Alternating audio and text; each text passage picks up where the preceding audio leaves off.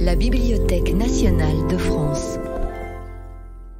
Dans le cadre du cycle Les Visiteurs du Soir, qui propose des rencontres avec des professionnels du livre et de l'enfance, Corinne Bouquin reçoit l'auteure et illustratrice Anne Herbault. Merci à tous. Bonsoir Anne. Voilà, donc nous allons passer toute la soirée avec Anne Herbault. Je suis très très heureuse parce que c'est vrai que ça fait plusieurs années que nous essayons de faire cette rencontre et que les calendriers ne s'accordent pas. Donc je suis ravie que ce soir on ait pu, malgré des virus et autres difficultés, qu'on puisse arriver voilà, à cette rencontre. Donc en préparant cette soirée, j'avais parlé avec Anne de vous proposer une sorte de voyage à travers ces albums tout au long d'une journée. Alors en commençant du matin jusqu'au soir. Or, en travaillant le sujet, en fait, je pense qu'on va faire beaucoup de digressions. On va faire des trouées à droite, à gauche, mais disons que l'idée c'était un petit peu celle-là, puisqu'il y a pas mal de choses dans les albums d'Anne qui sont le matin ou le soir, ou sur toute la journée, en tout cas le déroulé d'une journée.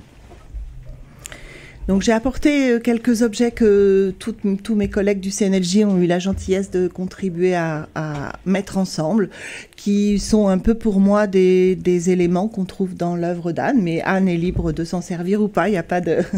Voilà, c'était un peu des choses en travaillant cette soirée qui me venaient à l'esprit. Donc j'ai commencé par vous mettre des photos de la Bibliothèque nationale, donc mélangeant le matin et le soir, pour justement réfléchir à ce moment du début de journée, le point du jour peut-être, et la fin de la journée. Donc après, quand on connaît l'orientation est-ouest, on sait si c'est un matin ou soir, mais autrement, c'est pas forcément facile de retrouver.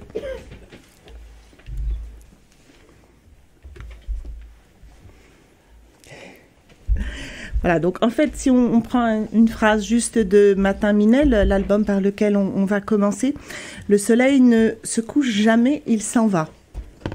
De l'autre côté du monde, et le point du jour, c'est la promesse qu'il revient toujours. Son point d'honneur, sa parole. Donc c'est une des phrases de la fin de l'album, mais je laisserai Anne en parler plus longuement. Et donc le soir tombant, dans un des albums d'Anne, c'est l'heure vide. Connaissez-vous l'heure vide? L'heure où il fait encore trop clair pour allumer la lampe, l'heure où il fait trop sombre pour poursuivre la lecture, la couture. Donc je voulais qu'on commence par cet album parce que c'est vrai que c'est un des derniers d'abord, et puis un album un peu à part. Premier album avec l'École des loisirs, et avec un format différent et une histoire peut-être à suite. Oui. C'est Voilà. Une série, oui, avec les personnages. Il est assez différent parce que déjà la maison d'édition est différente. Donc on s'inscrit... je vais déjà digresser. En fait, c'est important que je le dise parce que on dit que... Donc j'ai le titre de auteure-illustratrice. Alors ça veut dire que je fais du texte et de l'image. Et j'ai souvent tendance à dire, un peu pour provoquer, que je suis ni auteure ni illustratrice. Mais je suis entre les deux, parce que je parviens pas à écrire avec le texte et je parviens pas à écrire, je dis aussi écrire avec l'image. Et donc c'est en faisant des collisions de texte et d'image que je commence à écrire.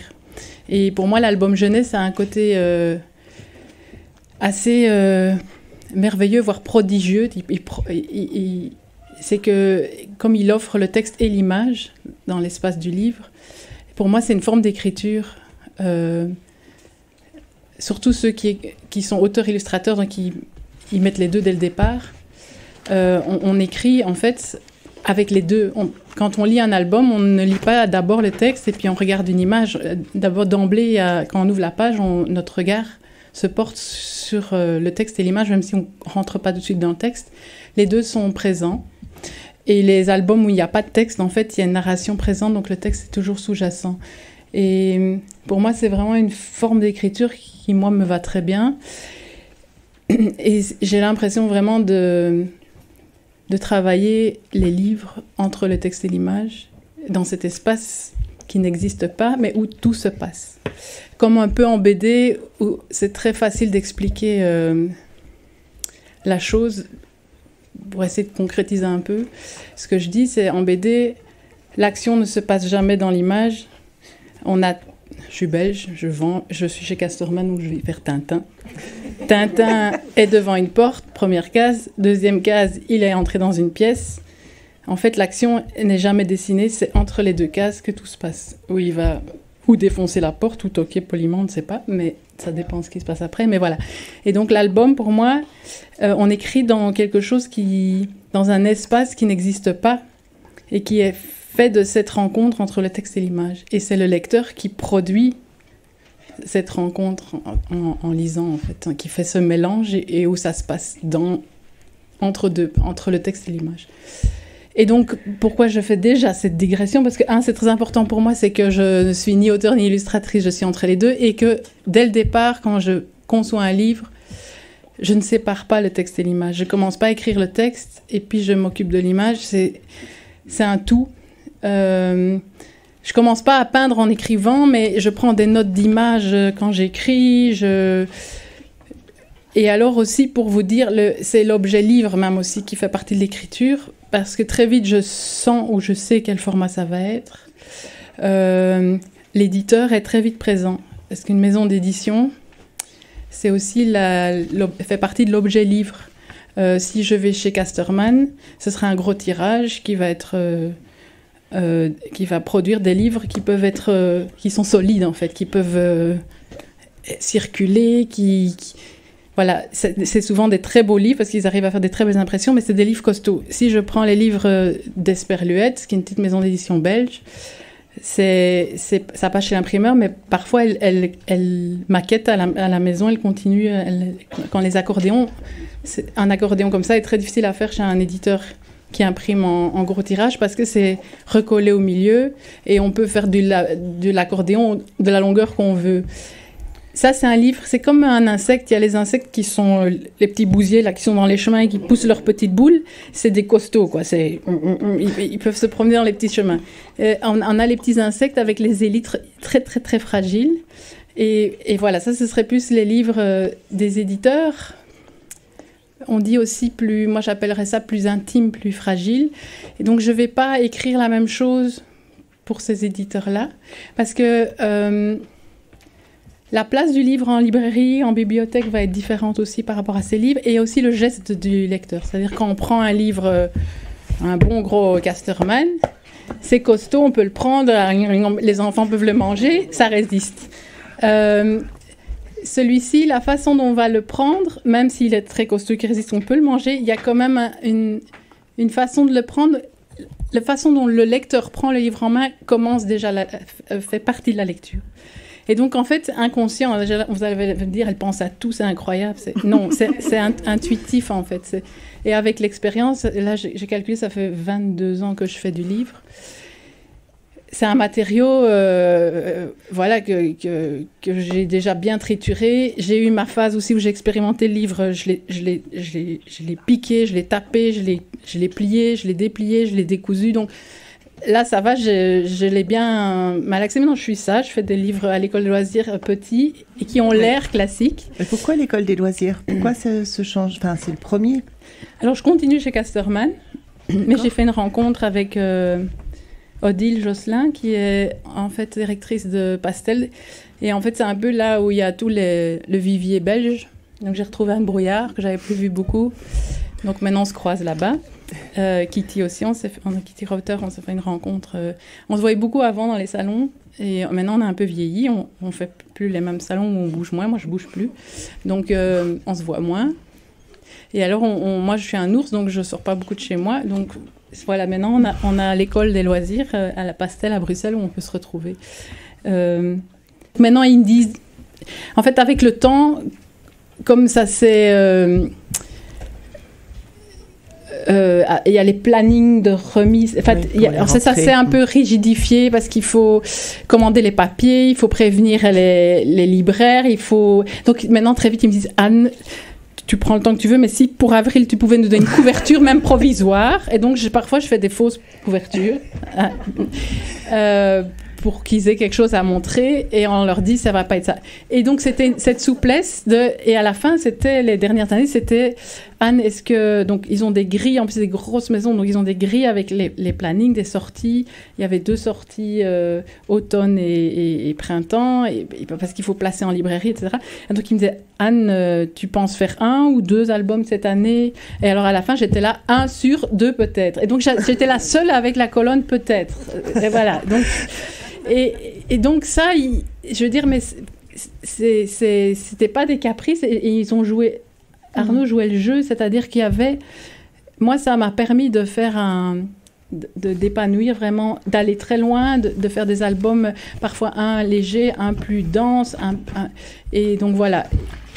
Et pour moi, ça, c'est vraiment un travail d'édition où j'ai pu développer.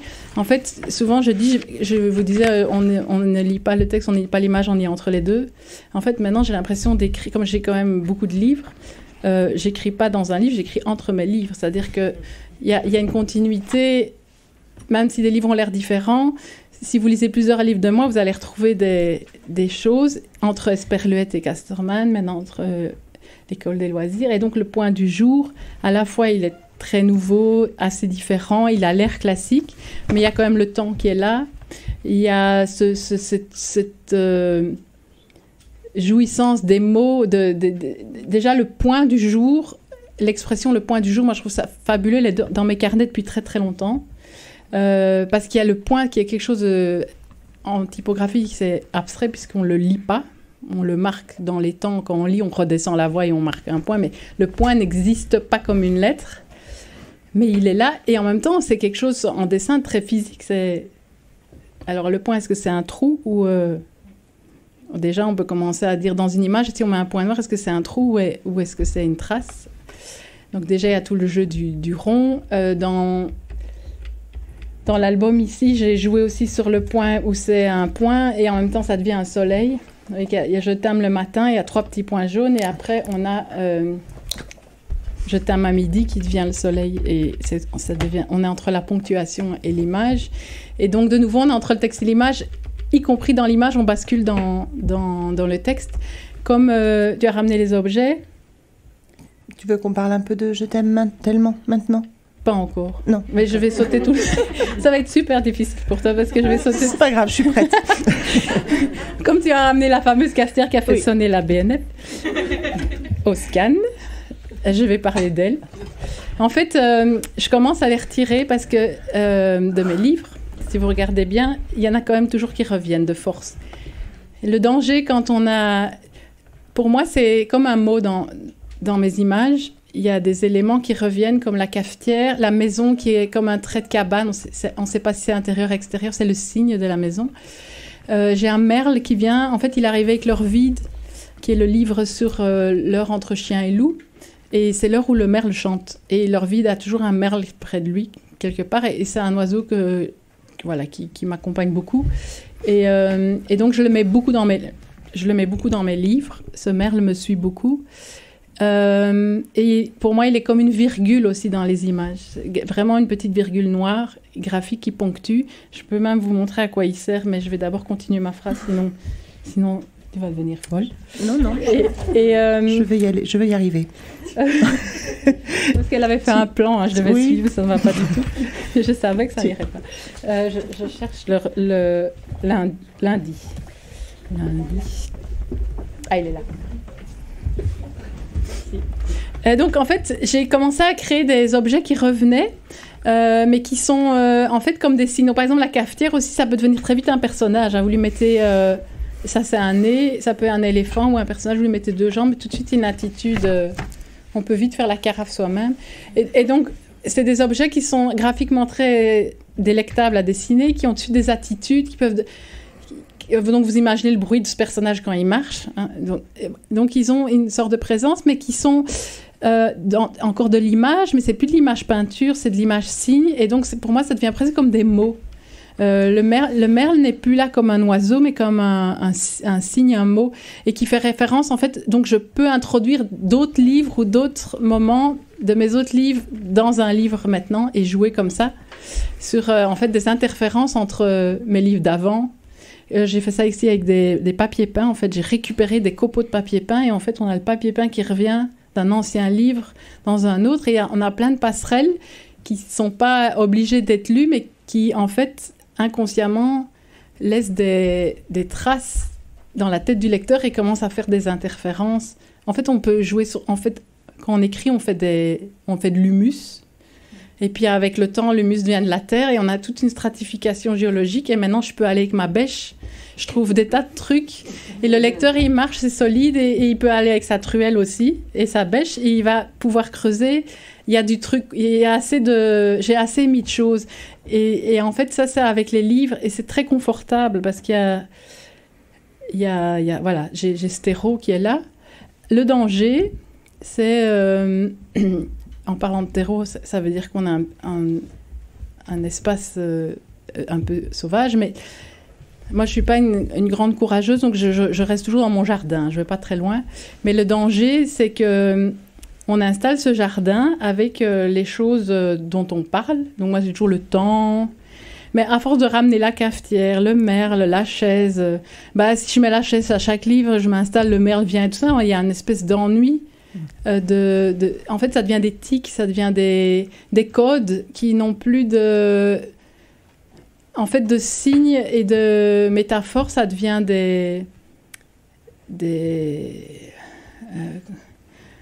pas des pictogrammes, mais des choses qui n'ont plus qui sont fermées. Oui, qui sont toujours liées à ce que tu fais. Oui, et qui sont une sorte d'habitude. Oui. Et donc, à chaque livre, il y a bien sûr qu'on est dans notre univers, mais chaque livre, j'avais fait une conférence comme ça, j'avais dit, et donc c'est devenu le livre de dialogue qui a été publié chez Esperluette, où je dis, il faut mettre la tête dans la haie. C'est-à-dire qu'il faut, dans le jardin, c'est bien, on reste dans le jardin, mais il faut mettre sa tête dans la haie. C'est-à-dire qu'il faut toujours aller au bord, à chaque livre, pour renouveler, pour comme quand on dessine trop bien avec la main droite, si on est droitier, il faut de temps en temps dessiner avec la main gauche parce que comme on est maladroit, on est plus attentif. La main droite, comme c'est facile, on dessine, on réfléchit plus à ce qu'on est en train de faire. Quand vous apprenez une nouvelle langue étrangère, vous réinterrogez votre propre langue maternelle parce que tout d'un coup, vous la voyez avec la maladresse de l'autre langue.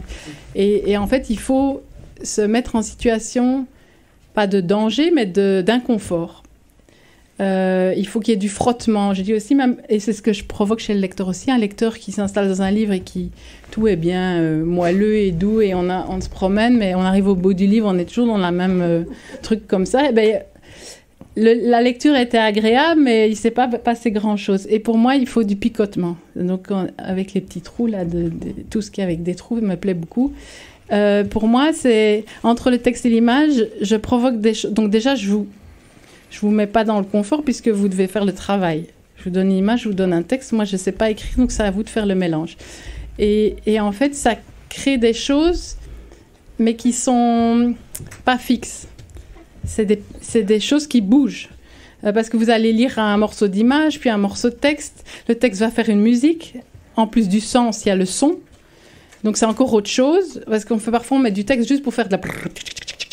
On rajoute un peu de la matière sonore, là, ou bien on met du texte parce qu'il faut qu'il y ait une masse de texte pour faire ralentir le lecteur en lui disant « Tu vas lire beaucoup, comme ça, tu es obligé de rester un peu dans l'image à côté. » Parce que s'il y a une phrase, il va lire vite la phrase, il va regarder l'image et puis il va passer à côté. Si on veut qu'il reste un peu dans l'image... on le fait lire et on met des mots difficiles. Et alors, il traîne un peu et du coup, pour se consoler, il va regarder un peu plus l'image. Et hop, dans l'image, on met une petite porte où il y a un truc plus compliqué qu'il n'avait pas vu et hop, il peut. Et donc, en fait, on joue avec le temps aussi comme ça. Et donc, c'est tous ces niveaux. Mais en fait, on a une lecture qui est mouvante, en fait. C'est quelque chose qui est insaisissable et qui est comme la pensée, en fait. La pensée, elle est tout le temps en train de bouger. Et donc, voilà. Et moi, c'est ça que je trouve génial dans le livre, c'est que c'est un ectoplasme vivant et qui est sans cesse en mouvement et que permet le livre. En fait, c'est un espace très, très vaste parce que le livre, quand on l'ouvre, ça fait un V. Alors, il y a un bord là, il y a un bord là, mais il y a tout ce qui se passe ici. Et on a toute la place de faire l'ectoplasme en tant que lecteur.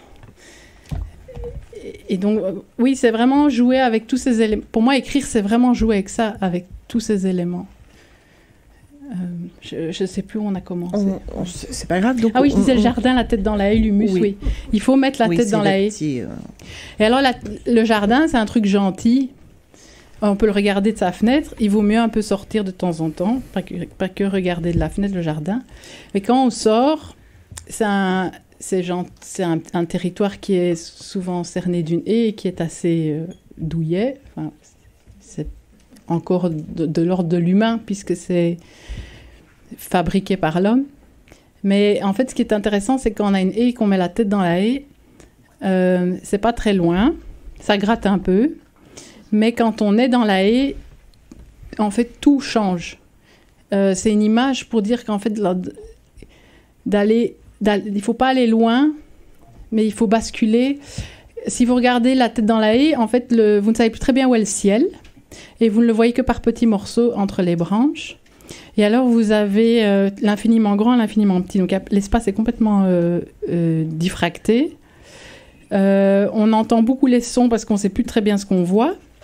Donc, on va entendre la tondeuse, les oiseaux. Et on va se retrouver le nez contre des branches qui, en fait, sont toutes petites parce que c'est jamais des arbres dans les haies, c'est des petits arbres ou des arbustes. Mais alors, comme on est tout près, on a des énormes branches qui arrivent vers nous. Et alors, on a les insectes qui sont comme des brontosaures, finalement. Tout prend des dimensions, le minuscule devient gigantesque, l'espace se diffracte. Et en fait, voilà, c'est une image que je donne de la haie, mais il ne faut pas grand-chose. Mais à partir du moment où on joue le jeu de mettre la tête dans la haie, et moi je pense que quand on écrit de l'album jeunesse, on nous dit l'album jeunesse c'est gentil, c'est pour les enfants, c'est ça, c'est un beau petit jardin tondu. Mais en fait, les auteurs jeunesse, ils ne sont jamais dans le jardin, ils sont toujours la tête dans la haie. Et c'est là que c'est intéressant. Et c'est là où ça gratte. Donc, est-ce que tu veux parler de lundi, tu as commencé un petit peu. Oui, j'avais juste pris lundi pour vous montrer...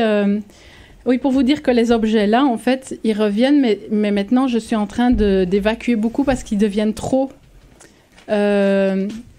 présents comme un signe. Et donc, je fais presque attention de ne plus les laisser entrer dans mes livres. Donc, ils reviennent, mais plus de la même façon. Mais par exemple, ici, le merle, pour vous dire, je disais le merle pour la virgule. Je ne sais pas si ça va être plus clair en vous le montrant, mais ce merle ici, en fait, dans l'histoire, il ne me sert à rien du tout. Mais je l'ai fait venir parce que, pour moi, il amène l'idée du temps. Et alors ici, il m'a servi tout simplement pour créer de l'espace. Donc, et du temps. Alors, la cafetière, qui vient de hier, donc elle vient de là-bas, dit bonjour à lundi, qui est le jour de la lune. Bonjour lundi, bonjour t'es hier. Et le merle arrive. Page suivante, il y a un deuxième personnage qui arrive, c'est demain, qui vient après, donc qui vient d'ici, et qui salue les deux amis. Alors déjà, bêtement, graphiquement, excusez-moi, j'essaie de montrer à tout le monde, pour le jeu, il y a un personnage qui arrive, pour vous montrer qu'on peut être complètement illogique. L'image, c'est un jeu et il n'y a pas les codes. On n'est pas obligé d'être dans le code classique. Je dessine bien, donc je suis logique. En fait, il y a d'autres logiques. Par exemple, il y a un personnage qui arrive, je fais un son derrière avec la montagne, je fais ping, une montagne. Le deuxième arrive, ping, ping. Il y a un deuxième, il y a deux montagnes. Ça n'a aucun sens de mettre deux montagnes. Moi, c'est presque intuitif. Le deuxième, c'est comme s'il y avait deux bruits dans l'image. Tong, tong. Il y a un deuxième qui arrive. Et le merle arrive, il passe, et qu'est-ce qu'il fait? Il se pose. Il y a tout un temps de traversée. Inconsciemment, vous allez dire, le merle, il a volé, il a traversé cette page-là pour se poser là. Si je ne mets pas le merle, il y a déjà une traversée en moins. Il aide juste à traverser, mais donc il inscrit du temps dans la page. Mais aussi, il m'a sauvée. Parce que moi, je dessine plus ou moins bien, mais j'ai une montagne un peu la vie pseudo-réaliste, et puis j'ai cette cabane qui n'est pas une cabane, qui est juste un trait. On ne sait pas si on est dedans, dehors. Quand j'ouvre la fenêtre, on est dehors. Quand je suis à l'intérieur, on est à l'intérieur. Mais c'est quand même qu'une cabane de traits. C'est un signe cabane, un signe maison. Et en fait, quand j'avais ce paysage un peu plus réaliste peint, sans le merle, pour moi, il y avait un problème de... L'image restait très plate, parce que cette maison n'a pas de volume. Et quand j'ai amené le merle, comme il s'est volé, il y a de l'air. Et tout d'un coup, la montagne, elle recule. Le merle, il s'est volé, on ne sait pas s'il va passer devant ou derrière la cabane, mais en tout cas, il s'est volé. Et donc, j'ai amené de l'air. Et donc, en fait, on est toujours sur le plat de la page, mais dans la page, on peut entrer. On peut forcer, on peut faire plonger le regard du lecteur dans la page ou le laisser à l'extérieur. Je fais toujours, presque toujours des images à bord perdu. Ça veut dire que mes peintures sont beaucoup plus grandes parce qu'on a coupé. Donc, je sors. Et ça veut dire que le lecteur, quand il regarde l'image, il entre et il peut aller très loin dedans. Une image, je l'ai fait dans la liste, première page, où c'est un tableau. C'est la jolie rivière à Oxford. Il y a un bord blanc. Et je dis clairement, cette image est une belle image dans le livre avec un bord, donc c'est comme un tableau. Et quand le lecteur rentre dans l'image, très vite, comme quand si vous voulez nager dans le bassin pour les petits, vous n'allez pas plonger, parce que vous allez vous prendre directement le bord. Et en fait, un livre qui a ou un très petit format ou des grands bords blancs, vous ne pourrez pas plonger de la même façon. C'est-à-dire que votre regard va tout de suite taper sur un bord, où le bord va encadrer, donc c'est comme un tableau, c'est-à-dire qu'on vous présente une image. À partir du moment où il y a un bord, on vous dit, ceci est un tableau. Bon, après, il y a les images qui sont sur fond blanc et qui dansent, c'est encore différent. Mais voilà, le bord perdu permet d'entrer dans l'image. Tout ça, c'est des choix. Si j'avais mis un bord blanc ici, on est dans une image tableau. Donc, je vous dis, on est dans un livre et dans une image. Ici, je vous fais encore croire que vous pourriez vous évader. Vous êtes dans le livre, mais vous pouvez aller vous promener dans le livre comme vous voulez, dans les... Et donc, voilà, ce merle m'a servi à deux choses. Mais en même temps, il n'était pas nécessaire, vraiment, puisque dans l'histoire, il n'apporte rien du tout. Et tout ça, c'est des petites choses. Alors, je vous dis, je n'ai pas calculé, c'est vraiment instinctif, parce qu'on sait... Et donc, ce merle me sert de virgule, en fait, ce que j'appelle une virgule graphique. Mais dans lundi, par contre, il y a plusieurs choses. Oui. Prenez de l'eau, si vous voulez. Il y a plusieurs choses qui sont différentes de vos autres albums, parce que c'était un livre particulier, un album particulier. Alors, ça va être difficile de parler de tous les livres en détail, mais lundi, c'est vrai que c'est un livre... Voilà. C'est un livre... je vais un peu raconter la petite histoire pour vous dire un peu comment ça a fonctionné. Donc, j'étais chez Casterman, avec Arnaud de Lacroix, mon éditeur, depuis un certain temps. Et j'avais fait quand même déjà pas mal de livres. Puis il m'a dit un jour, Anne, si tu as envie, pour Noël, on pourrait envisager un livre avec des effets. Donc, c'est un livre plus cher, un livre... il m'a dit, tu pourrais y aller, quoi. Tu peux, voilà. On t'offrirait bien un album où tu peux... Voilà. Et donc, je me dis, Noël, c'est bien. Noël, je veux faire ce que je veux. Paillettes, trous, papier. Génial. Mais tout de suite, même au moment même, je crois, où il m'a dit, j'ai la petite alerte derrière qui me disait, attention. C'est toujours bien joli les cadeaux, mais il y a plusieurs choses. Ce ne sera pas tous les jours. Pas tous les jours Noël. Donc, déjà, la pression, c'est quel livre tu veux faire avec ce j'ai le droit de faire tout ce que je veux.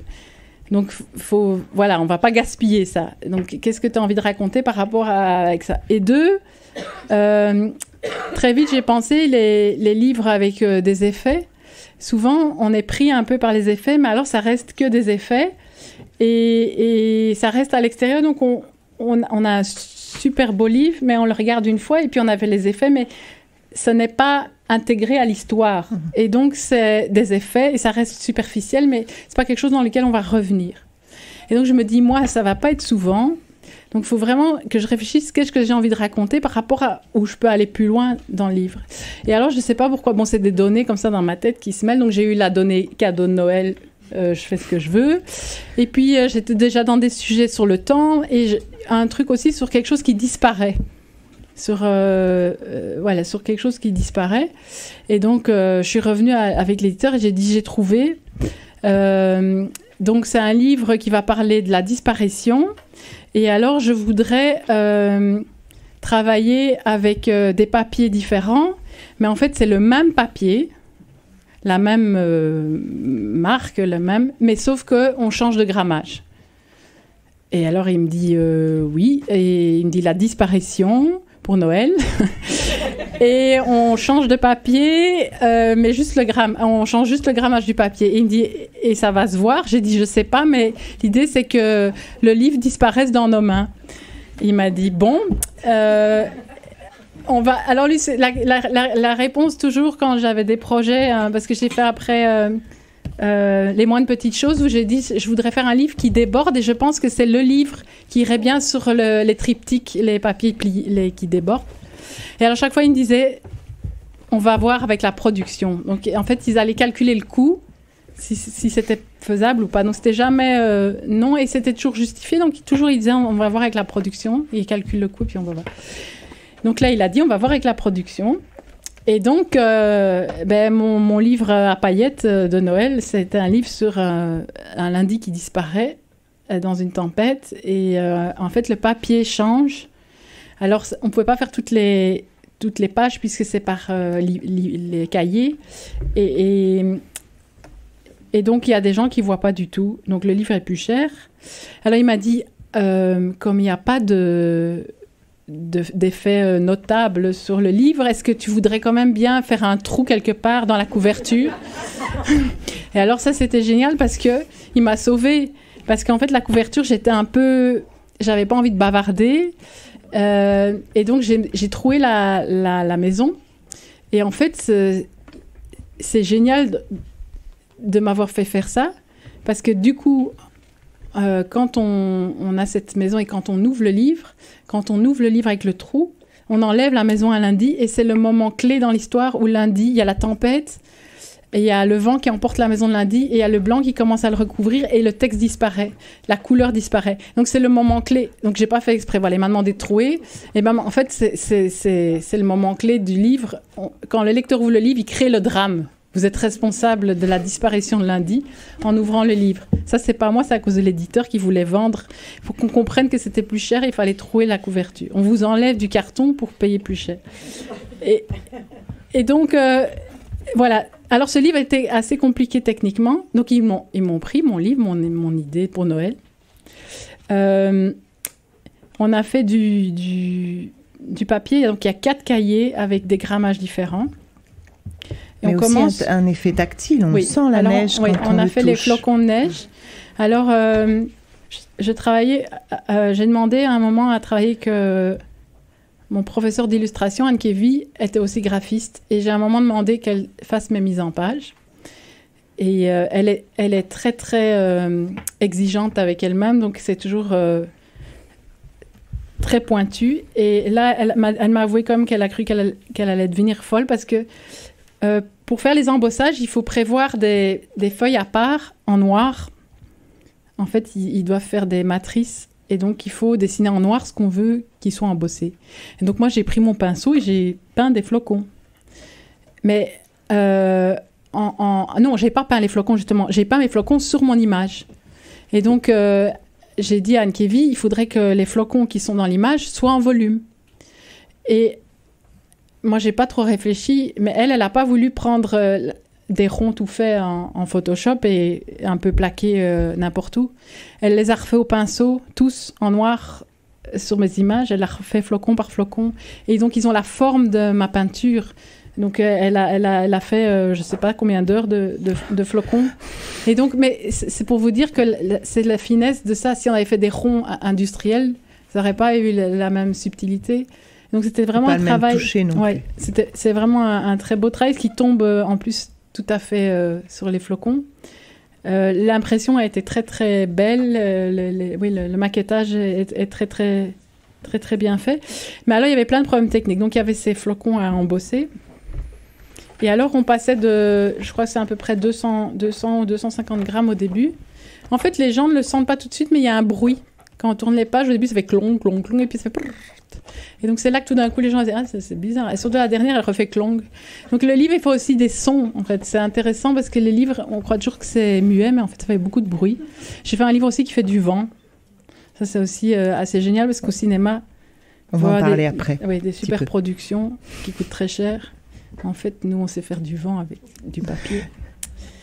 Et donc voilà, là on a des cahiers. Peut-être Anne avec la couleur dans l'autre album, dans Je t'aime tellement, avec lequel tu expliques comment la couleur est... Ah oui. En fait, je vais juste finir ça. C'est que donc lundi, il disparaît et la couleur progressivement disparaît. Et alors, comme les dernières pages, il m'avait dit, attention, on ne peut plus embosser, le papier est trop fin. Donc, il y a un certain cahier où je ne pouvais plus faire d'embossage. 2, ils m'ont dit, on ne te garantit pas qu'on ne voit pas à travers.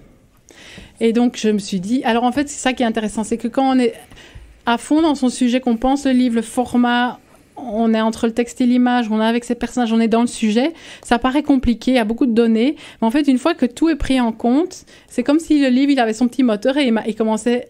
On construit, on met toutes les pièces... Et puis on prend la clé, et ça fait plop, plop, plop, plop, plop, plop, et il marche tout seul. Et en fait, donc quand on a une contrainte, au lieu de nous bloquer, en fait, ça nourrit le livre.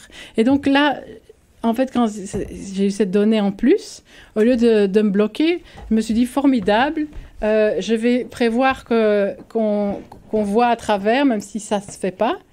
Et donc là, si on regarde avec la lumière, en fait, les arbres tombent au même endroit. Et on voit, et alors c'est génial parce que c'est un livre sur le temps, donc il y a hier, il y a demain, et là je vois avant, après.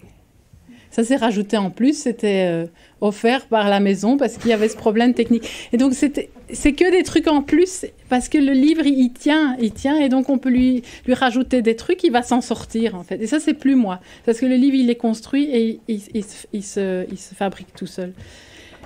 Et alors, j'ai dû faire une rencontre,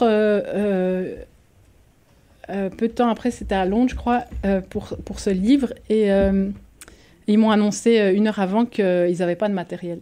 Et donc, moi, j'avais prévu un atelier, donc ils n'avaient rien. Et donc, j'ai dit, est-ce qu'ils ont un peu des choses? Ils m'ont dit, ils ont leur trousse d'écolier. Et donc, je dis, ils ont un jaune, un rouge, un bleu. Ils m'ont dit oui. Je dis, vous les taillez et on va s'en sortir. Et en fait, en parlant de lundi, j'ai fait... donc lundi, il disparaît et on perd lundi, mais on perd le papier, mais aussi on perd la couleur, parce qu'il y a le blanc et il disparaît dans la neige, donc on perd les... Donc j'aurais expliqué comment on fabrique un livre un livre, je disais qu'on peut faire du vent pas cher, mais en fait un livre, c'est un objet que j'aime beaucoup aussi parce que c'est très pauvre, c'est très modeste. C'est du papier plié, un peu de fil, parfois que de la colle et un carton. Et avec ça, on peut faire tout. Et en plus, pour la couleur, c'est que de 4 couleurs. Donc, on met plein de pigments, on met des peintures, mais là, ils impriment avec 4 couleurs. Et là, j'ai un truc super chouette pour montrer, parce que j'ai réussi à... Casterman m'a donné... Un jour, on a eu les films, et alors on a les tirages par couleur d'une image où on voit vraiment bien, voilà, ici c'est magenta bleu, et on voit en fait vraiment les couches, voilà, c'est que magenta. Vous voyez, on a la décomposition de toute l'image. Donc j'aurais parlé de ça en disant qu'un livre c'était juste 4 couleurs. Tout ce qu'on voit c'est que 4 couleurs. Et j'aurais dit, lundi il disparaît, on va le faire revenir. Donc au début on sait pas qu'il revient, donc on met du jaune. J'ai dit, on va montrer lundi avec du jaune. En fait, j'avais transformé lundi en cantatrice. Donc, j'ai dit, la cantatrice, le matin, elle n'est pas échauffée, donc elle va à sa fenêtre et elle comme, oh, mais ça va pas bien. Donc, c'est jaune, on l'entend pas. Alors, elle s'échauffe un peu plus, ça va mieux. Oh, ça commence, hop, rouge, ça chauffe. Alors, on commence à voir, donc rouge, jaune, orange qui arrive, on commence à voir la cantatrice. Après, elle est bien, elle monte, le bleu. Je ne veux pas faire la cantatrice, hein. C'est tout qui m'enregistre. Donc, le bleu, elle s'affirme vraiment. Bien droite, et donc le bleu, on dessine les 3 couleurs, la cantatrice, elle existe vraiment, parce que c'était plus facile qu'avec lundi. Et donc, voilà, c'était expliqué, les 3, comment quelque chose émerge du blanc, et lundi, il disparaissait, là, je le fais réémerger. Et en fait, quand je suis sortie de cet atelier à Londres, j'ai dit, mais, pour un livre... Et donc, ça arrivait plus tard, avec Je t'aime tellement, où j'ai décidé de partir de zéro, avec les premières... où c'est même pas une image, c'est 3 petits points. C'est un livre avec des déclarations d'amour. Et donc, on commence avec le jaune. le bleu,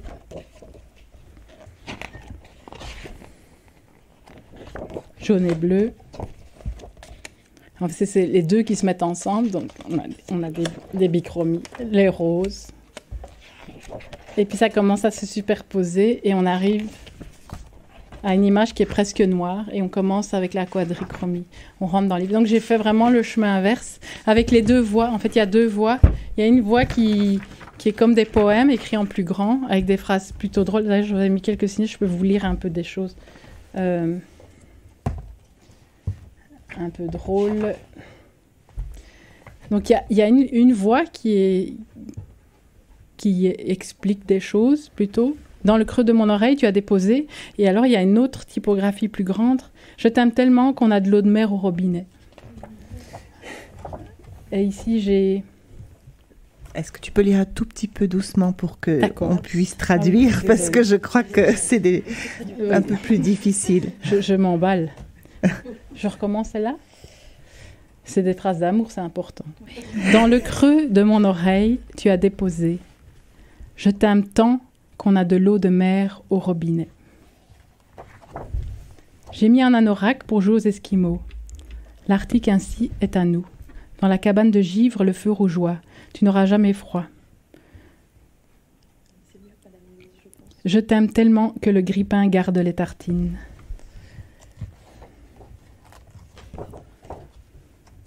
Tu dois partir. Je regarde le dessous de la valise. Made in China. Si loin. Je t'aime comme le grand paquebot d'un roman fleuve. Et j'ai plus loin aussi une phrase avec, il faut que je la retrouve. Je t'aime tant que les spationautes petit déjeunent plus gaiement. On peut être drôle, hein.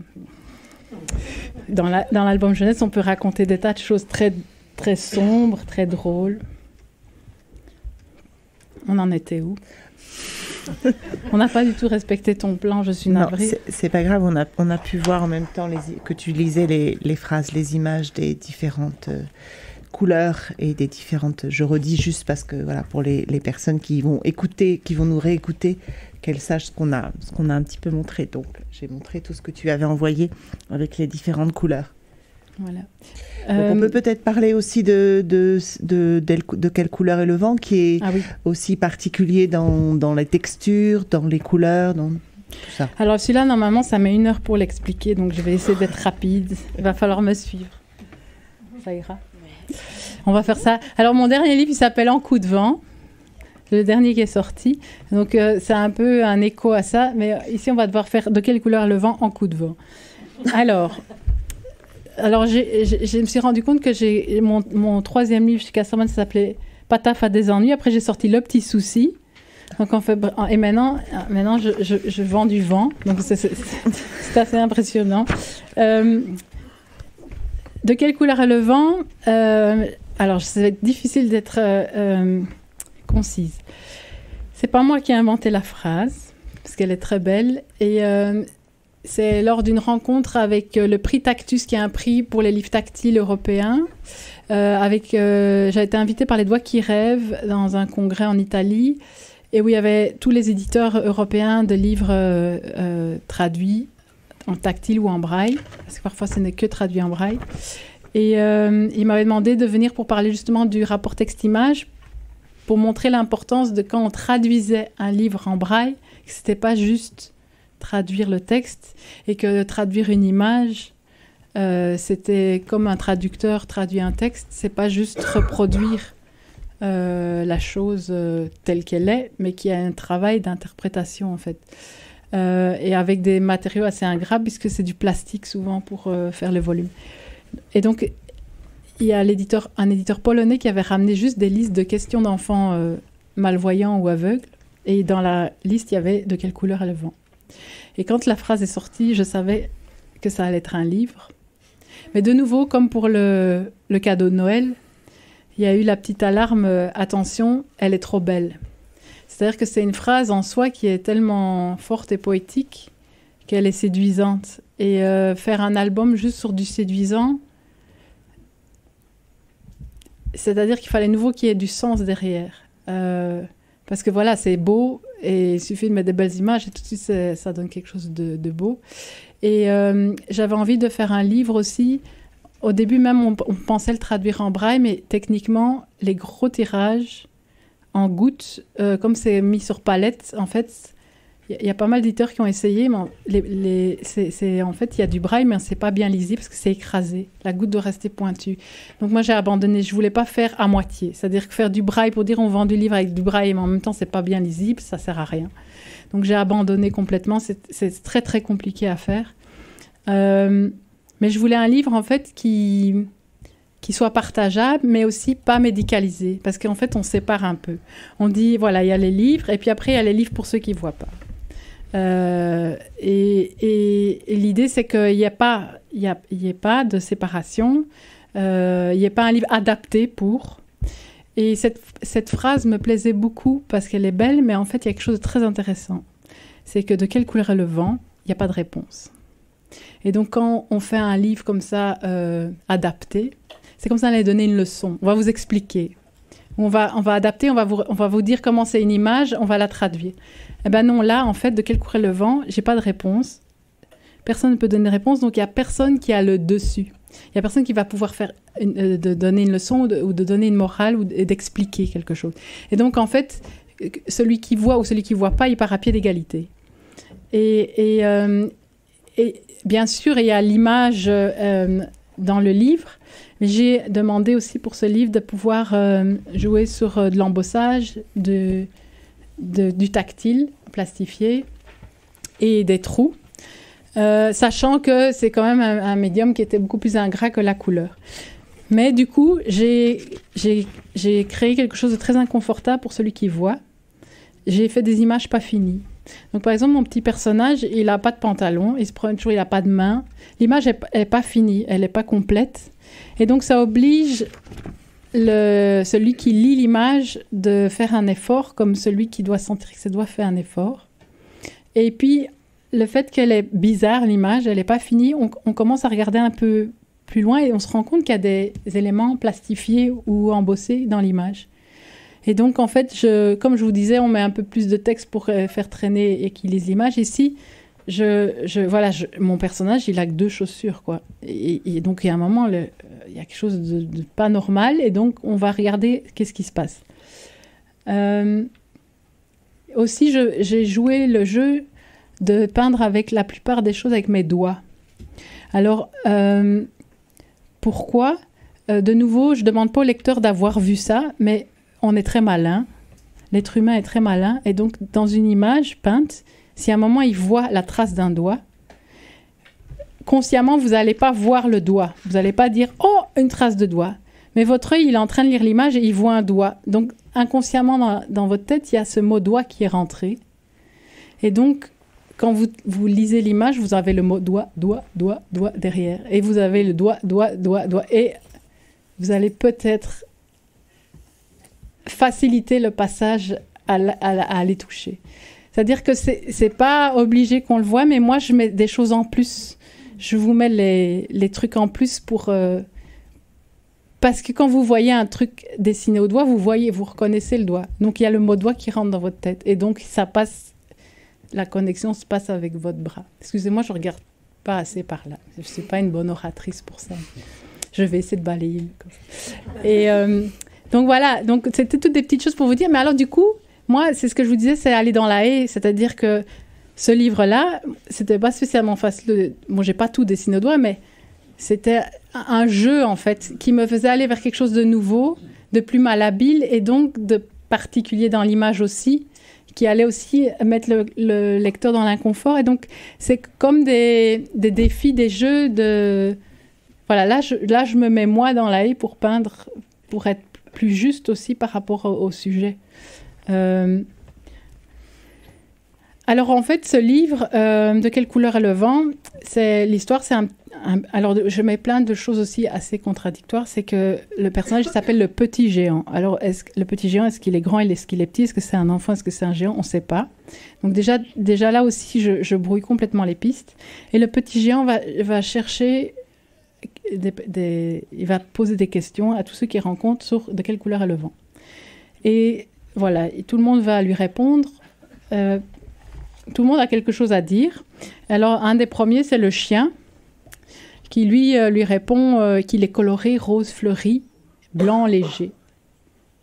Et le loup, je l'ai fait travailler en embossage. Il n'existe pas, mais on le sent ses poils. Et comme c'était un livre pour des raisons techniques que vous comprendrez à la fin, je ne sais pas si vous voyez les albums de Květa Pakowska, où elle fait beaucoup de trous et d'embossage. En fait, elle plie et elle met une spirale. Moi, à cause de mon projet, que vous verrez après, je ne pouvais ni faire spirale, ni pli. Et donc, je ne pouvais pas cacher l'embossage. Mais comme je vous disais qu'à partir du moment où on construit le livre comme un tout très, très cohérent, en fait, la contrainte, finalement, sert le livre. Donc, en fait, j'embosse le chien, je lui mets des poils, paf, je pousse. Qu'est-ce qui ressort derrière? Un loup. C'est toujours un peu l'inverse qui vient. Donc, en fait, c'était très compliqué dans l'histoire, c'est que je créais une forme et de l'autre côté, elle devait répondre aussi à l'autre question. Et alors, c'est pas des... donc, le loup répond « Non », fait le loup. Il a l'odeur sombre de la forêt. Alors, le petit géant, il demande au chien de quelle couleur le vent. Le chien lui répond « Rose fleuri, blanc léger ». C'est quoi déjà du blanc léger? On ne sait pas. Et ici, le loup lui répond « L'odeur sombre de la forêt ». Et alors, ce n'est pas une opposition. En fait, c'est une nuance. Tout le monde nuance. C'est-à-dire que chaque fois qu'on dit quelque chose, il y a la nuance un peu le contraire, mais nuancée derrière. Et alors, il y en a un qui parle de couleur, l'autre, il parle d'odeur. Et on commence à faire un panel comme ça. Et donc, on est en train de construire... Moi, j'ai appelé ça, c'est un album sur une leçon de couleur aussi. C'est-à-dire qu'il y a toutes les couleurs qui se mettent. Et alors, il y a les couleurs complémentaires, les peintures réalistes, les peintures naïves, le graphique unicolore, la masse, l'impression. Il y a le glaçage, le mat, les couleurs complémentaires, le mat et le brillant. J'essaie de tout faire, quoi. Toutes les leçons que j'ai eues quand j'étais adolescente en peinture, j'essaie de mettre le tout. Et aussi, en pensant qu'à cette réunion de Prix Tactus, il y avait l'idée que il n'y a pas que le toucher. Dans les livres, pour les malvoyants, il y a aussi les stimuli visuels. Donc, des choses très contrastées vont créer quelque chose, etc. Et donc, en fait, c'était aussi créer les contrastes avec les matières, les collages, et les réponses recto verso. Et à la fin, le petit géant, il croise un grand géant. Et le grand géant lui dit d'un geste lent, la couleur du vent, c'est tout à la fois, tout ce livre-là. Il prend le livre et le pousse contre la tranche, laisse courir les pages. Et le petit géant sent la douceur du vent, le vent du livre. Alors là, le jour où j'ai un peu eu ce déclic avec la phrase de quelle couleur est le vent, où il n'y avait pas de réponse, il n'y avait pas de morale, il n'y avait pas de leçon, et qu'en fait c'est le livre qui répond, quand j'ai eu je ne peux pas dire que c'est une idée, mais quand j'ai eu cet objet livre qui m'offrait de pouvoir produire physiquement du vent comme réponse dans la figure dans le visage du lecteur, j'ai jubilé. Parce qu'en fait, c'est vraiment le livre qui répond, et en plus on a un truc, j'étais jamais allée aussi loin que concrètement le livre produisait quelque chose. C'est ça que je vous dis qu'au cinéma on peut payer très très cher, vous n'aurez jamais du vent dans le film. Alors un livre, il peut créer le vent physiquement dans le visage du lecteur, le flipbook. Et alors en fait finalement cette leçon de couleur, moi c'était juste parce que pour faire du vent il me fallait un livre mou, donc pas avec les anneaux, pas de plis, et il me fallait pas mal de pages. Donc il fallait que je remplisse. Alors j'aurais pu faire l'histoire avec juste le petit géant qui demande, et puis mettre tout le bloc de pages blanches, et je dis allez, vous faites du vent et vous aurez la réponse. Le lecteur, il n'aurait pas marché, donc il fallait quand même que je le promène dans un certain nombre de pages, et donc j'ai rempli. Et en même temps, j'ai fait une petite leçon de couleur. Mais en fait, c'était juste pour remplir, parce qu'il me fallait un sacré morceau de page pour arriver au vent. Mais le résultat, et donc je vous disais, on écrit ni avec le texte ni avec l'image, mais là, on est complètement dans... La réponse du vent, elle est complètement insaisissable. Et en même temps, elle est très physique. C'est-à-dire qu'on sent le vent du livre. Et moi, ça m'avait fasciné qu'un livre il puisse parler à ce point-là. Et alors, celui que vous avez publié en 2019, là, En coup de vent, il y a donc une mise en page particulière, puisqu'on a le petit lapin, donc un autre animal qui fait sa journée. Donc, sur la page de gauche, il quitte un endroit, et le lapin est toujours sur la page de droite. Alors, c'est pas la même... En fait, je finis juste, quand on le déplie également, quand on fait un flipbook, on a un petit peu la même chose. Oui. Il doit être sur oui. le... En fait, là, c'était le projet que j'avais eu. Parce que le lapin de droite, en fait, il s'habille, il se déshabille, enfin, il vit aussi sa journée... Voilà, en fait, là, le projet, c'était pas de faire du vent. C'était un peu un hommage au cinéma d'animation. J'en ai fait un petit peu, mais pas avec des équipes professionnelles, donc c'était assez ardu. Mais j'ai fait du film d'animation à une période avec des marionnettes, donc que j'animais physiquement. Et donc c'est encore autre chose, c'est pas du dessin animé, c'était vraiment de l'animation. Et en fait là, je voulais écrire un livre où il y avait 2 livres en un, c'est-à-dire en 2 temps. Et qui racontait cette course effrénée. Alors, il y a plein de lectures dans les comptes rendus que j'ai eus, c'est très drôle. Il y en a qui voient ça, l'occupation d'un lapin, etc. Et alors, il y a ceux qui ont plus vu ce que moi, j'avais envisagé. C'est venu un peu aussi... maintenant, on trie beaucoup. En Belgique, on trie quand même depuis très longtemps. Et alors, on sépare les papiers et on se rend compte, en fait, du nombre d'emballages, de la consommation qu'on jette... sur une journée, et à un moment je me suis dit j'avais envie de faire un livre où on jette dans une page tout ce par pièce en fait ce qu'on consomme, et donc j'ai commencé à mettre des boîtes à chaussures dans l'atelier et je jetais tout ce qui était mettable en livre, quoi. Donc pas des objets, mais voilà, les emballages dentifrice, les trucs de bonbons, pas les canettes, mais tout ce qui était voilà. Et donc j'ai commencé à accumuler comme ça, et j'avais cette idée du livre qui recrée le mouvement, en fait, qui est vraiment le flipbook de base, et qui est l'espèce de phénakitoscope de poche, quoi. C'est l'ancêtre du cinéma, où il y avait la décomposition des mouvements. Et je voulais en fait, mon fils avait fait un très beau lapin. Moi, je lui copie maintenant. Donc, il a fait un magnifique lapin, très graphique. Et en fait, son mouvement était très fort. Il avait réussi à donner un mouvement terrible au lapin. Donc, je pense que c'est ça aussi qui m'a donné envie de faire le flip avec le lapin. Et donc, moi, j'ai travaillé avec la feutrine, en fait, comme l'animation, j'ai séparé tous les oreilles. Et donc, j'ai scanné, puis j'ai animé à l'ordinateur, par page, en fait, le lapin. Et donc, c'est un livre où j'aime beaucoup jouer sur les temps du livre. Donc, à droite, en fait, il y a cette course effrénée du lapin. Donc, on peut lire le livre où on voit le lapin courir. Et en même temps, on peut... Parce que ça, c'est un peu un livre, on l'a vite vu, quoi. Il a couru, puis il a couru. Après, on peut le regarder image par image. Et en fait, dans la page de gauche... Donc, la page de droite, c'est la page, la belle page. Et la page de gauche, c'est un peu la page ingrate où où j'ai jeté toutes mes boîtes à chaussures. Et là, en fait, ce lapin, il se réveille à 7 heures, il va redormir à 7 heures, et c'est une journée où il fait que courir et un peu consommer. Il prend des trucs, il les jette derrière lui. Et toutes les pièces, en fait, c'est des tas de choses avec des moments dans la journée. Et en fait, c'était pas évident de montrer les moments, d'étaler. Les livres sans texte sont en fait très difficiles à faire. Et alors, il y avait un clin d'œil, je pense, au lapin d'Alice, qui est toujours un peu caché quelque part dans mon travail. Et voilà. Et sinon, là, je finis un livre pour Casterman, aussi très... Je crois que j'ai pas fait encore des trucs... C'était très bizarre. Je m'amuse beaucoup, mais c'est pas attendu. Donc ça va être bizarre. Et même moi, je n'avais pas prévu d'aller vers là et ça a complètement changé.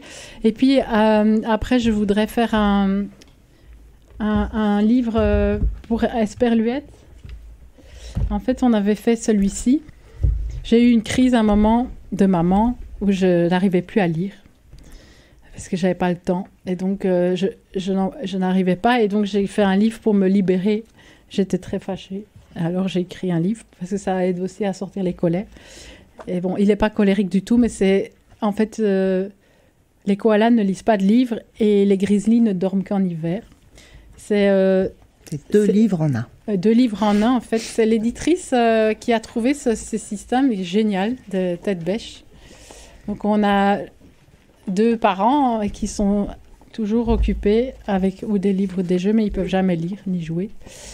Et en fait, du coup, quand j'ai vu ce projet-là, parce que je suis arrivée avec deux livres, et on a réfléchi comment on pourrait les mettre ensemble, parce que l'idée des coffrets, c'est pas très intéressant.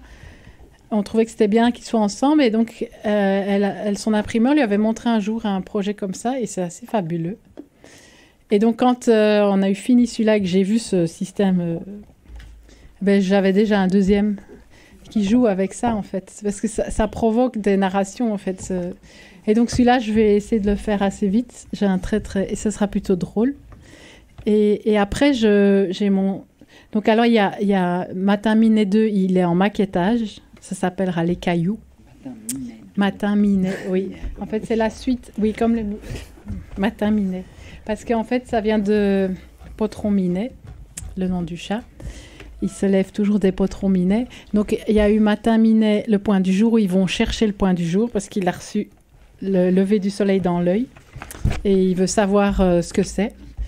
Et puis, le deuxième, ils vont trouver des cailloux, mais ils veulent en ramener beaucoup, mais ils sont tous tellement beaux qu'à un moment, ils ne peuvent plus tout ramener. Et donc, ça va être les cailloux. Et le troisième, j'ai déjà une piste, donc je vais m'atteler au troisième après le livre comme ça. Parce que Corinne m'a demandé de vous donner des nouvelles de la suite. Des projets, donc, oui. il n'y a plus de vent, il y a peu de cafetières, des haies, peut-être pas. Il y a de plus en plus de on m'a dit de plus en plus de la forêt profonde et moins de jardin. Je deviendrai sauvage, peut-être. Donc on peut peut-être parler d'un ouvrage à l'Esperluette. En fait, moi, j'avais oui. l'histoire du géant, peut-être. Si tu veux. Ou tu pensais à un autre? Non. En fait, chez Esperluette aussi, je peux placer des livres qui ne sont pas nécessairement pour la jeunesse. Pour moi, celui-là, c'était plus un livre pour adultes, mais il travaille avec l'image et le texte. Et j'ai écrit ça comme une légende.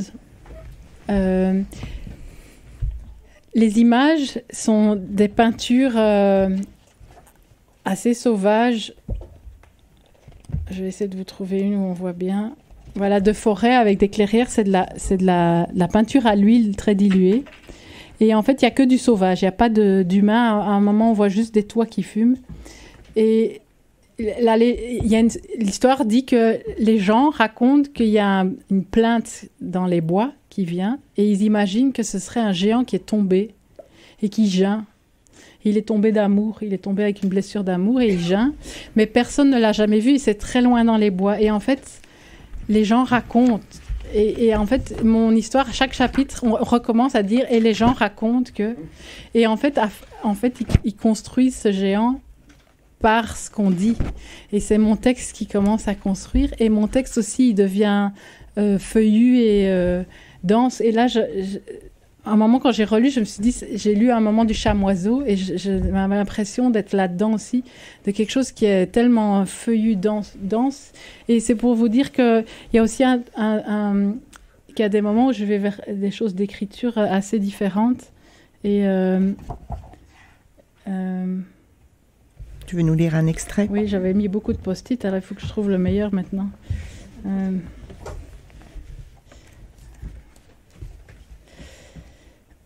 Donc, à chaque chapitre, il ressasse. En fait, c'est un livre qui ressasse. Et alors, c'est un espèce de vieux français bizarre, comme ça.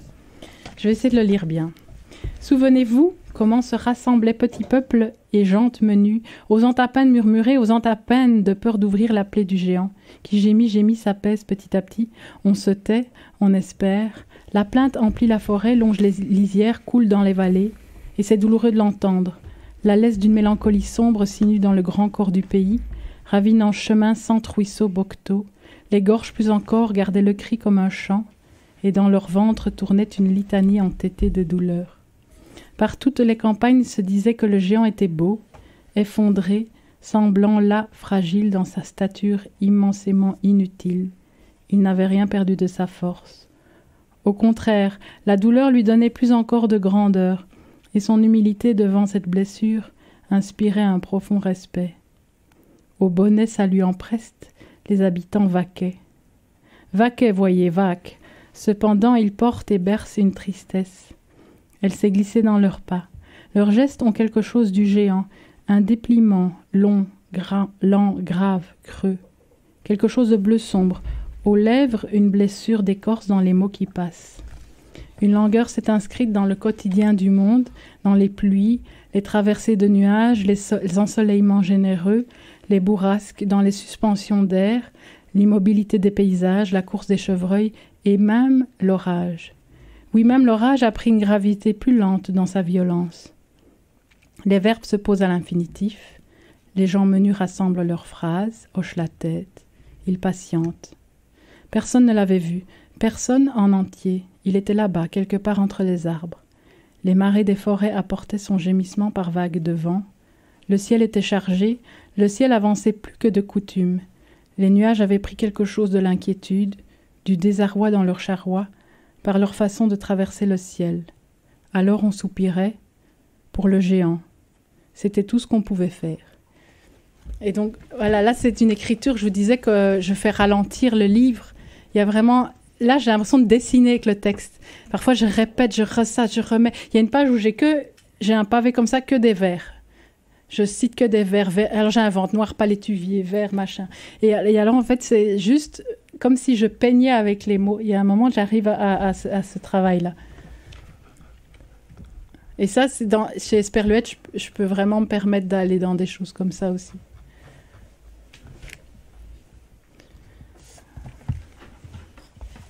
Il y a des textes aussi, je ne sais pas si on a fini, mais... Non, on n'a pas fini, mais je me disais, pour rebondir sur ce que tu viens d'expliquer par rapport à « Je ne suis pas un oiseau », qui vient de paraître également. Il y a un certain jeu aussi dans le langage, Pour nous, on a, en littérature pour la jeunesse, on a mis ça en album de poésie. Qu'est-ce que tu peux nous... Alors, « Je ne suis pas un oiseau », c'est un peu un écho à... Ici, je vais peut-être lire un extrait d'un plus ancien. Je ne suis pas un oiseau, c'est un livre que j'ai mis 3 ans à sortir parce que je voulais parler d'un sujet un peu compliqué sur le déracinement, l'obligation à bouger, à partir, et de nouveau faire quelque chose d'esthétisant avec ça, c'était très compliqué. J'ai pas vraiment pu peindre, donc j'ai travaillé avec plein de choses différentes, et là je suis partie, notamment, j'avais une boîte que j'ai récupérée de mon grand-père qui adorait l'histoire de l'art et qui avait des petites caisses avec toutes les reproductions en noir et blanc des tableaux de la Renaissance. Et je les ai utilisées pour faire des... J'essaie de vous trouver une page. Voilà, j'ai fait une répétition d'une découpe d'un oiseau qui revient et qui, en fait, l'oiseau se dessine à travers ces extraits de toute l'histoire de l'art de l'humanité. Et donc, c'était un livre qui racontait un peu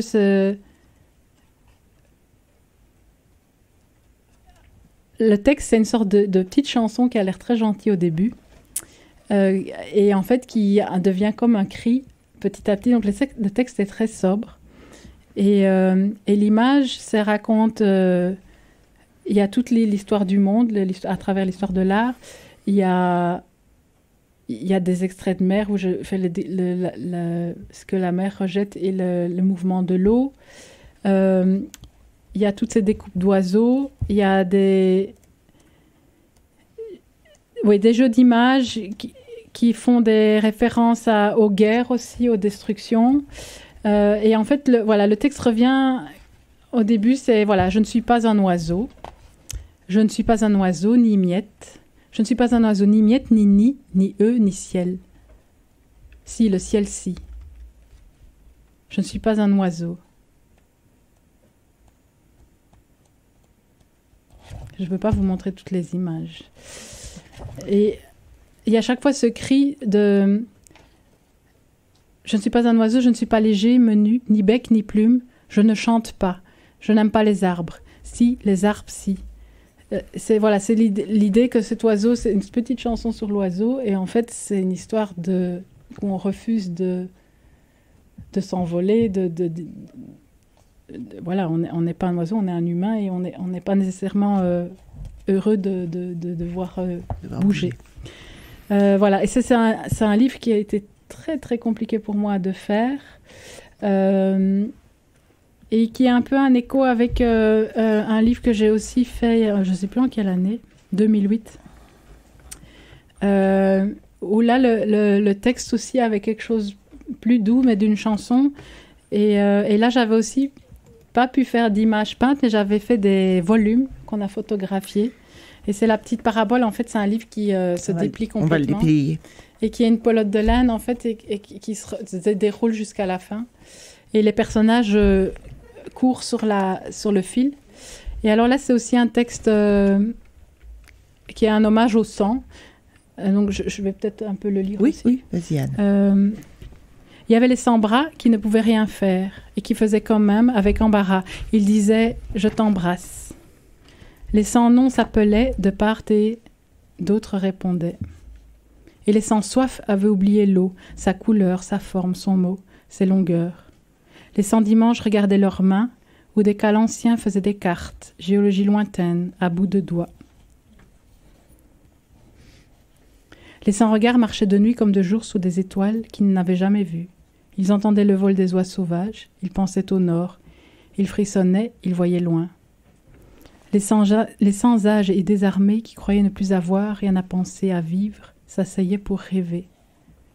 Et les sans-histoire tricotaient la leur, lentement, avec tristesse, avec bonheur, avec des vides, avec des pleins. Entre les mailles, le jour perçait. Et les sans-toit seuls nus semblaient parfois si beaux, dans l'habit de solitude tantôt étroit, tantôt flottant, le clapot et la voile. Je ne vais pas pouvoir les lire tous. Et aussi les sans-chaussettes, des pans de vent battant mollets. Ils couraient, c'était beau, c'était comme les chevaux. Et encore les sans-cabanes, qui cherchaient ombre ou attendre. Ils plantaient un arbre, alors le merle chantait. Les sans-rien étaient si chargés que mules et dromadaires n'y suffisaient. Ils portaient le chagrin plus loin. Ils disaient, ils avaient déjà fait 3 tours de la terre. Tous étaient des hommes. Ils étaient 100, 120, 100 000, 100 milliards. Que sais-je? Car à venir encore viendra demain. Tous étaient des hommes, tous étaient beaux, tous étaient sans. Pourtant, on dit encore des sans-papiers, des sans-abri, des sans-permis. Et ceci sans égard. Voilà, c'était un peu dans le même ton que mon oiseau. Oui. Merci Anne. On va peut-être rester sur sans début ni fin. Ouais. Sinon, on est obligé de recommencer. Voilà, autrement, on doit recommencer. On va peut-être le déplier pour montrer le principe de cet ouvrage aux éditions Esperluette. Donc, on a vraiment le fil rouge et on suit tout ce qui se passe au-dessus et tout ce qui se passe en dessous. Donc, on va prendre un temps de questions parce que je pense qu'il y a sûrement des questions. Ah oui, il nous faut un micro et auquel Anne répondra. Je vais essayer.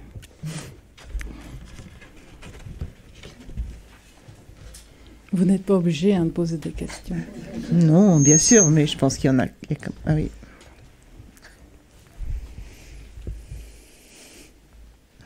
Il faut commencer. Arrêtez-vous de temps en temps de penser ou d'imaginer? Oui, j'ai pas l'impression d'être beaucoup en train de penser. Ce que j'ai, c'est que je vois beaucoup de situations en images, je crois. Quand vous avez une idée, on a l'impression que vous tirez un fil. Oui, oui, j'ai beaucoup d'images en fait. Et ça, en fait, je pense que je travaille beaucoup. Que dans mes livres, j'essaie de parler de l'abstrait, mais comme j'ai aucune facilité avec l'abstrait, je suis tout le temps les pieds dans la terre avec du concret. Donc je raccroche tout à du concret. Je pense que je fais le chemin inverse que les physiciens. Et oui, c'est peut-être pas très intéressant pour la science, mais je fais le travail inverse de tout ce qui est inaccessible et incompréhensible. Je le ramène à la mode de terre. pour ancrer les choses. Je pense que c'est ma seule façon d'arriver à me tenir debout. Ouais. Oui, parce que oui, on m'a dit... J'ai l'impression de vous donner une idée, et dès que vous avez une idée, tout de suite, vous imaginez, enfin oui, vous avez et visuellement, et les mots viennent... Oui, et on m'a appris beaucoup à construire, je pense, aux Beaux-Arts. C'est ça qui m'a vraiment nourrie. J'étais fascinée, j'ai adoré le livre. C'est qu'on ne peut pas juste faire sur une idée. Parfois, j'ai une super idée, mais en fait, il faut maturer. Je comprends ce que vous dites par idée, hein, mais je corrige dans le sens où je vois l'idée que vous voulez dire, c'est l'idée que je travaille, mais on ne peut pas faire sur un truc. Ouais. Donc, en fait, j'ai appris à penser qu'est-ce que ça va donner dans le livre. Et en fait, aussi, le livre, parfois, il nous déroute. C'est-à-dire que le livre que je suis en train de faire, graphiquement, je ne pensais pas du tout aller là-bas. C'est-à-dire que j'avais trouvé une solution pour la page de gauche et je n'avais pas trouvé pour la page de droite. Quand j'ai trouvé la page de droite, j'ai supprimé la page de gauche. Donc, ce n'est pas du tout ce qui était au départ. Et en fait, ça va très bien comme ça. C'est-à-dire que c'est le livre là qui m'a... Il y a une sorte de souplesse par rapport à ce qu'on veut dire, parce qu'en fait, le texte, je n'ai pas besoin d'image à gauche et donc, voilà. Mais c'est vrai que, par contre, quand j'étais petite, et encore maintenant, on me dit que je saute du coq à l'âne. Donc, c'est très fatigant. Et c'est vrai que je fais des liens, mais dans n'importe comment, quoi. C'est-à-dire que, en fait, de nouveau, je desserre fort la science. Mais c'est pas grave. Je suis pas dans les sciences. Donc. Alors, je n'ai pas préparé ma question encore, mais... Non, je regardais le dessin et je trouvais qu'il y avait quelque chose de très enfantin dans la représentation. Mais enfin, je veux dire, c'est-à-dire on n'est pas dans des conventions, on va chercher là les volumes. Enfin, ça me fait penser vraiment. C'est pas du tout du dessin d'enfant, hein, mais il y a la liberté de. Il y a une liberté et je pense aussi que dans la lecture, l'enfant doit se sentir assez confortable. Moi, j'ai un souvenir c'était la lettre d'une lecture de ma fille que j'avais pris à la bibliothèque. Et au début, moi, j'avais un a priori. Je me suis dit, comment elle était toute petite, comment elle va rentrer ? Elle est rentrée avec... c'était très sobre, donc ça a été elle s'est très vite appropriée. Elle a très vite suivi toute l'histoire avec beaucoup de limpidité. Elle aimait beaucoup de revenir dessus. Mais une liberté, en fait. C'est vrai qu'on dit souvent que j'ai un dessin enfantin. Parfois, ça me dérange dans le sens où c'est comme si... Oui, il y a un côté... Mais en fait, il y a un côté aussi... Mais il y a déjà ça, en fait... Moi, ça m'avait fasciné quand j'ai étudié au Beaux-Arts. On avait un cours d'histoire de l'art et il disait la peinture primitive ou au Moyen-Âge, il y a un moment avant la perspective bien étudiée. En fait, par exemple, les personnages importants étaient en grand et les personnages pas importants étaient en petit. Mais en fait, c'était aussi juste que de dessiner la perspective. C'est-à-dire, ça dépend le point de vue. Et en fait, je travaille beaucoup le point de vue dans mes livres aussi. La question de comment on regarde les choses, ça change tout. C'est aussi juste de dire les personnages importants, ils seront grands, que les personnages qui sont devant sont grands et les personnages qui sont loin sont petits. Mais ça peut même être égyptien, hein. Je veux dire, c'est juste la maison, là, on représente tout. Oui. C'est des représentations, c'est-à-dire qu'il y a donc c'est assez complexe parce qu'il y a plein de niveaux de représentation. Alors, je comprends que le mot enfantin... Oui, mais dans votre sens, j'ai bien compris. C'est voilà. La liberté, c'est la force du dessin. C'est-à-dire qu'une photo ou une image réaliste va bloquer ça. Et alors, par exemple, si je donne toujours l'exemple, si on veut dessiner un chêne, eh ben on va faire que le lecteur il comprenne que c'est un chêne, donc on va être assez réaliste. Mais si on veut que l'arbre, dans mon histoire, il devienne une pendule à un moment, il faut dessiner l'arbre comme une sucette, quoi. Mais c'est mal dessiné, c'est nul, c'est comme les enfants, sauf qu'après, on fait ce qu'on veut avec l'arbre sucette. Donc, on le bascule et ça devient un pendule. Et donc, en fait, c'est un choix aussi de liberté de graphique. Est-ce qu'il y avait encore une question par rapport à ça ? Non. Et donc, Alice, j'ai eu ce problème, c'est qu'Alice au Pays des Merveilles, il y a un lièvre et un lapin. Et donc, je ne pouvais pas faire le lapin comme j'ai fait dans Coup de vent. C'est-à-dire qu'il y a un moment, il fallait... Là, j'ai fait des exercices de dessin à partir d'animaux réalistes parce qu'il y avait toute une animalerie complète, zoologique, dans Alice, avec un lièvre et un lapin. Donc, le lièvre n'est pas comme le lapin. Le lièvre a des cuisseaux, a des oreilles plus longues. Je peux vous expliquer la différence entre le lièvre et le narcisse. Je ne pense pas que ça va beaucoup vous intéresser. Et en fait, c'est des libertés, des choix selon les livres. Si je dessine plus adulte, si je dessine peinture. Par exemple, le prochain est très plus graphique et il y a un côté presque... je vous donne un secret, mais dans le prochain, j'ai carrément pensé à Richard Scarry. Scarry. En fait, j'ai rencontré son fils à Cagliari l'année passée et j'aime beaucoup ses livres avec les petites légendes. En plus, je l'avais en bilingue anglais-suédois, donc c'était très drôle. Et donc, il y a tous et ça fourmille. Et en fait, c'est hyper classique, mais c'est tellement bien fait que ça raconte... Enfin, voilà, il n'y a pas de mal et tous les livres sont bien. Et en fait, moi, comme j'étais bloquée là-dedans, j'ai vraiment fait appel à Richard Scarry quand j'ai dû résoudre mon problème, quoi. Et donc... C'est très drôle parce que jamais j'aurais imaginé de penser à Richard Scarry pour m'en sortir dans un livre. Et donc, voilà. En fait, ce qui est génial, c'est que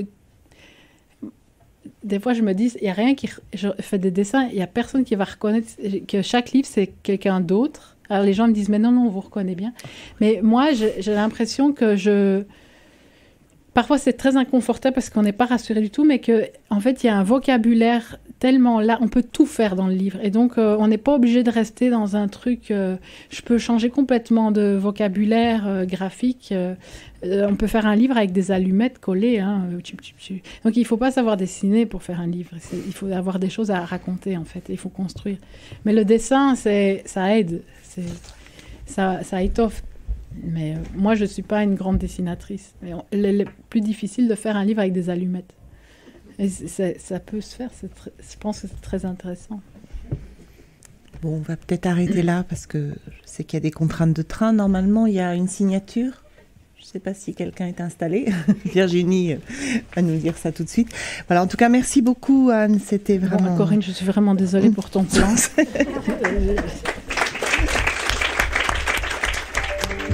Vous venez d'écouter un podcast de la Bibliothèque nationale de France.